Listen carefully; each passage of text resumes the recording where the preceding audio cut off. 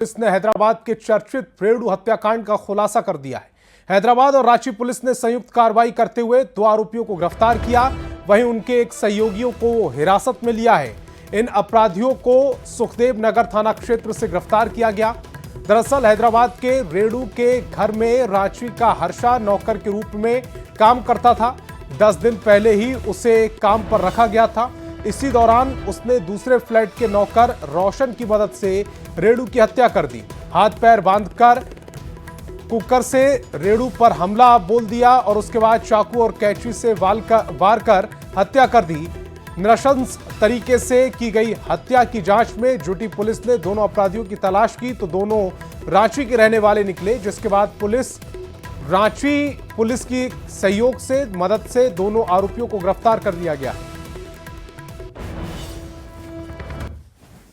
हत्या करके लूटपाट किया गया था और उसमें जो है साइबराबाद पुलिस ने हम लोगों से संपर्क किया था। वहाँ के डीसीपी के सूर्य साहब से पर्सनली बात किए थे कि ये बहुत ही इम्पोर्टेंट क्राइम है और हम लोगों ने पूरी एक टीम बनाई यहाँ पर और उस टीम ने जो है अल्टीमेटली उनके जो सहयोगी थे और सहयोगी बाद जो मेन एक्यूज था उन सबों को गिरफ्तार कर लिया और उनको हम लोग साइबराबाद पुलिस को हैंड ओवर कर दिया ताकि इन्वेस्टिगेशन आगे बढ़ पाए। 2 मेन एक्यूज थे, बाकी की संलिप्तता की जाँच चल रही है। रांची पुलिस ने चैन स्नैचिंग में शामिल आरोपी को गिरफ्तार किया। गिरफ्तार आरोपी लोहरदगा का रहने वाला असरुद्दीन अंसारी है, जो 2023 से ही स्नैचिंग की वारदातों में शामिल था। हाल ही में जेल से छूटकर आने के बाद वो फिर से छिनतई में जुट गया था। फर्नीचर का काम करने वाले असरुद्दीन ने रांची को अपना हिट स्पॉट बनाया और बाइक पर नंबर प्लेट को बैग के सहारे छिपाकर स्नैचिंग की घटना को अंजाम दिया था। अब तक की जांच में रांची में 14 छिनतई की घटना को अंजाम देने की बात सामने आ रही है। वहीं छिनतई के बाद सोने को खपाने में शामिल सोनार पप्पू को भी गिरफ्तार किया गया, जो रांची के सुखदेव नगर इलाके का रहने वाला है। अल्टीमेटली ये पकड़ा गया है। ये लोहरदगा बड़का टोली का रहने वाला है असरुद्दीन अंसारी और जब इसे पकड़ा गया तो जब हम लोग वेरीफाई किए तो यह आदमी यहाँ के कम से कम 14 कांडों में इसके संलिप्त होने का प्रमाण है। सीसीटीवी फुटेज है, ये खुद भी कन्फेस कर रहा है। हो सकता है इससे ज़्यादा भी घटनाएं इसने कारित की हो। तो हाल की 14 घटनाओं में इसकी संलिप्तता है। इसके अलावा ये पूर्व में भी 7 कांडों में आरोपित रहा है। तो ये पुराना क्रिमिनल है और दोबारा यह क्राइम कर रहा था और लगातार पुलिस को चकमा दे रहा था। अब ये गिरफ्तार हुआ है, निश्चित ही इस तरह की घटनाओं पर लगाम लगेगी, कमी आएगी। और पलामू में डीसी के निर्देश के बाद अवैध रूप से संचालित निजी नर्सिंग होम और क्लिनिक के खिलाफ अभियान चलाए जा रहे हैं। उसके बाद भी झोला छाप डॉक्टर के चलते एक महिला की जान चली गई। पाटन थाना क्षेत्र के झांगसी गांव में झोला छाप डॉक्टर के इंजेक्शन लगाने के बाद महिला की मौत हो गई। दरअसल महिला के सीने में दर्द हो रहा था, जिसके बाद झोला छाप डॉक्टर ने इंजेक्शन लगाया और 15 मिनट बाद महिला की मौत हो गई। इस मामले में डीसी ने कहा कि 15 दिनों से अवैध निजी नर्सिंग होम के खिलाफ कार्यवाही जारी है। अब तक 22 निजी नर्सिंग होम को सील किया गया, साथ ही दोषी डॉक्टर को गिरफ्तार किया जाएगा। इंजेक्शन दिया आलमगीर डॉक्टर है, वही दिया। क्या नाम है उनका? आलमगीर। अच्छा, यहीं के हैं? हाँ, यहीं के है, मेरा पास में घर है। तो डॉक्टर है कि प्रैक्टिशनर? नहीं, इसी काम चलाओ है। 22 ऐसा क्लिनिक्स यहाँ अभी तक सील किया हुआ है।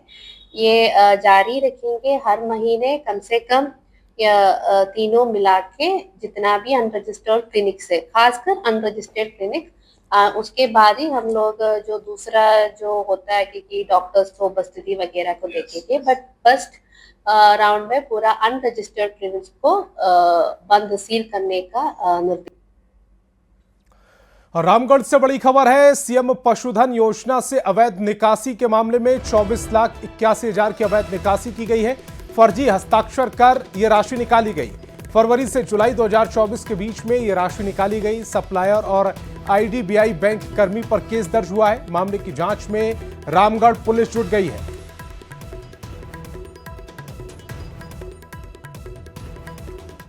और गिरिडीह में बच्चे अपनी जान को जोखिम में डालकर पढ़ाई करने जाते हैं। तस्वीर देवरी प्रखंड के हरियाडीह पंचायत के मदनाडीह गांव की दिखाएंगे, जहां गांव के स्कूली बच्चों को कंधे पर बिठाकर नदी पार करवाना पड़ रहा है। तस्वीर देखिए, जानकारी के मुताबिक मदनाडीही गांव के बच्चे पढ़ाई करने के लिए चाहाल स्थित एक स्कूल गए थे।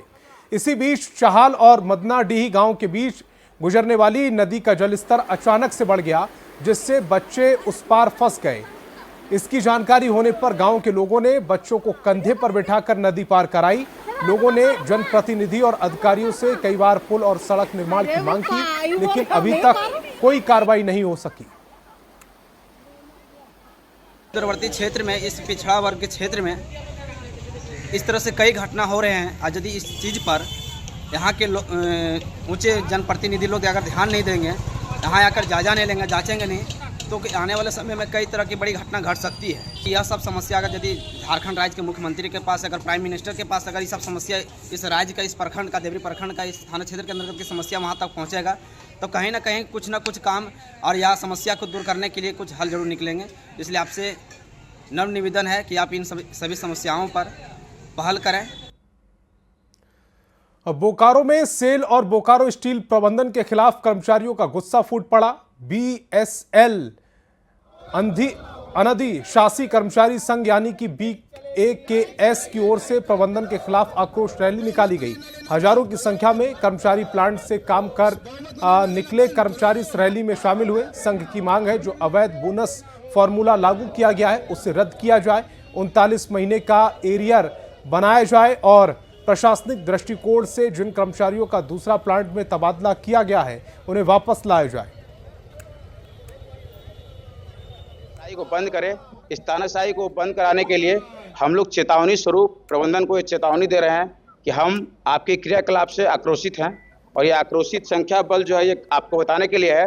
यदि आपका जो तानाशाही है वो नहीं बंद किया गया तो हम आने वाले दिनों में इससे भी कड़े आंदोलन करेंगे। तानाशाही सरकार इसी धरती से बदली गई है और हम ये चेतावनी देना चाहते हैं, अगर आप सुधरोगे नहीं तो बदल देंगे। धनबाद में हुआ था, JBCI के लोगों ने बदमाशी किया था तो स्टेशन पर बुरा हाल किया गया था। टमाटर अंडा लेकर हम लोग भी खड़े रहेंगे। अगर नहीं सुधरोगे बाबू तो अब वैसे सुधारेंगे जैसे आपको सुधारने के लिए मजबूर कर रहे हो।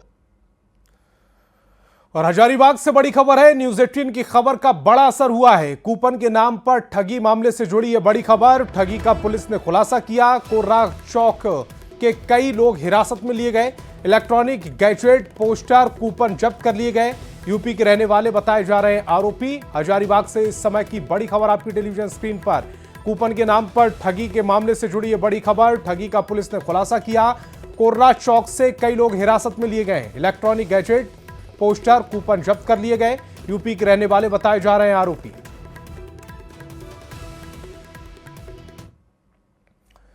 और कोडरमा के वार्ड नंबर 1 स्थित फुलवरिया गांव में आजादी के 75 साल बाद पहली बार बिजली पहुंची है। केंद्रीय महिला एवं बाल विकास मंत्री अन्नपूर्णा देवी ने बिजली आपूर्ति का उद्घाटन किया। इस गांव तक पहुंचने का रास्ता कोडरमा ब्लाइड लाइफ से होकर गुजरता है। प्रसिद्ध धार्मिक स्थल ध्वजाधारी धाम से सटे इस मार्ग का कुछ हिस्सा जंगली क्षेत्र में पड़ता है। इसी कारण यहां बुनियादी सुविधाएं पहुंचना मुश्किल था। केंद्रीय मंत्री ने विश्वास दिलाया कि गांव की दूसरी समस्याओं के समाधान के लिए भी हर संभव मदद की जाएगी। अब आएगी हम लोग का गांव में, अब बिजली का दिक्कत नहीं है। सारे पढ़ाई लिखाई भी अब अच्छा से होगा, अब कोई का दिक्कत नहीं होगा। और सरायकेला खरसावां पुलिस ने अवैध अफीम की खेती के खिलाफ अभियान की शुरुआत कर दी है। पहले चरण में पुलिस ग्रामीण क्षेत्रों में जन जागरूकता अभियान चला रही है। इसी कड़ी में एसपी के निर्देशन में दलभंगा ओपी परिसर में स्थानीय मानकी, मुंडा और जनप्रतिनिधियों के साथ बैठक आयोजित की गई। बैठक में पुलिस अधिकारियों ने अफीम की अवैध खेती रोकने और वैकल्पिक कृषि को बढ़ावा देने पर जोर दिया। स्थानीय मानकी, मुंडा और जनप्रतिनिधियों ने अफीम की खेती नहीं करने की शपथ ली। के साथ एक जागरूकता अभियान और बैठक का आयोजन किया गया है। बैठक में अनुमंडल पुलिस पदाधिकारी सरायकेला के द्वारा स्थानीय भाषा में उपस्थित ग्रामीणों को अवैध अफीम के दुष्प्रभावों के विषय में जानकारी दी गई है। और जमशेदपुर में Singhbhum chamber of commerce and industry के चुनाव में टीम केडिया कानवटिया ने जीत दर्ज की है। विष्णुपुर स्थित चैम्बर ऑफ कॉमर्स में ऑफिस में वार्षिक बैठक के बाद चुनावी प्रक्रिया हुई। अध्यक्ष, कोषाध्यक्ष समेत 6 पदाधिकारी निर्विरोध पहले से चुने गए। वहीं मतगणना पूरी होने के बाद टीम केडिया कानवटिया ने जीत का जश्न मनाते हुए जमकर आतिशबाजी की। अबीर गुलाल उड़ाकर सभी पदाधिकारियों को जीत की बधाई दी गई। इसके बाद पूरे विष्णुपुर क्षेत्र में विजय जुलूस निकाला गया। मीडिया से बात करते हुए चैम्बर अध्यक्ष मानव केडिया ने कहा है कि चैम्बर की पूरी टीम व्यापारियों की समस्याओं के निदान को लेकर काम करेगी। लक्ष्य तो ऐसा रहेगा व्यापार और उद्योग कैसे यहाँ पर जमशेदपुर के आसपास क्षेत्रों में बढ़े, पूरे कोलान क्षेत्रों में व्यापार उद्योग कैसे बढ़े, और हम कोशिश करेंगे कि डिफेंस सेक्टर में एक बड़ा उद्योग जो है यहाँ पर जमशेदपुर में लगे, जिससे यहाँ पर जितने 1500 SME यूनिट्स हैं उनको बेनिफिट मिले, जो उनको सप्लाई कर सकते हैं। और माननीय रक्षा राज्य मंत्री संजय सेठ जी भी इसमें बहुत ज़्यादा एक्टिव रोल प्ले कर रहे हैं। 19 से 21 सितंबर रांची में डिफेंस एक्सपो भी लग रहा है, और ये कारण है झारखंड स्टेट में डिफेंस एक्सपो लगाने का कि यहाँ पर एक बड़ी इंडस्ट्री को लेके आना की आवश्यकता है, जिससे यहाँ के जो SME यूनिट्स है उसको सप्लाई कर सके। और रक्षा राज्य मंत्री संजय सेठ ने प्रधानमंत्री मोदी के जन्मदिन यानी 17 सितंबर को बीजेपी की ओर से कई कार्यक्रम किए जाने की जानकारी दी। उन्होंने कहा कि उनके आवास पर 17 सितंबर को हवन कार्यक्रम होगा। सांसद कला महोत्सव का भी आयोजन हो रहा है, जिसमें बच्चे ऑपरेशन सिंदूर की हीरो कर्नल सोफिया कुरैशी की पेंटिंग बना रहे हैं। सबसे अच्छी पेंटिंग को प्रधानमंत्री के पास भेजा जाएगा। केंद्रीय मंत्री ने डिफेंस एक्सपो के आयोजन की भी जानकारी दी है। कोलकाता और पुणे में होता था, पहली बार झारखंड में बी क्लास सिटी में रांची में हो रहा, खेलगांव में। हमारा एसएमई सेक्टर, हमारा स्टार्टअप, हमारा प्राइवेट प्लेयर कैसे डिफेंस को इंडिजिनस करने के लिए आगे बढ़े और हमारे रोजगार सृजन हो।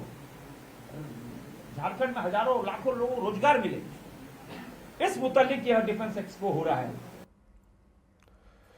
और राजधानी रांची में ट्रैफिक जाम और ट्रैफिक नियम की अनदेखी के मामले लगातार बढ़ते जा रहे हैं। इस वजह से सड़क हादसे में भी बढ़ोतरी हो रही है। ट्रैफिक पुलिस कार्रवाई तो कर रही है, लेकिन इसका असर ग्राउंड पर नहीं दिख रहा। इसी वजह से राजधानी रांची ट्रैफिक हादसे के मामले में राज्य में नंबर 1 पर है। रैश ड्राइविंग और नियम उल्लंघन पर Ranchi traffic police action mode में दिख रही है और ट्रैफिक को स्मूथ करने और हादसे कम हो, इससे लेकर लगातार कार्रवाई की जा रही है।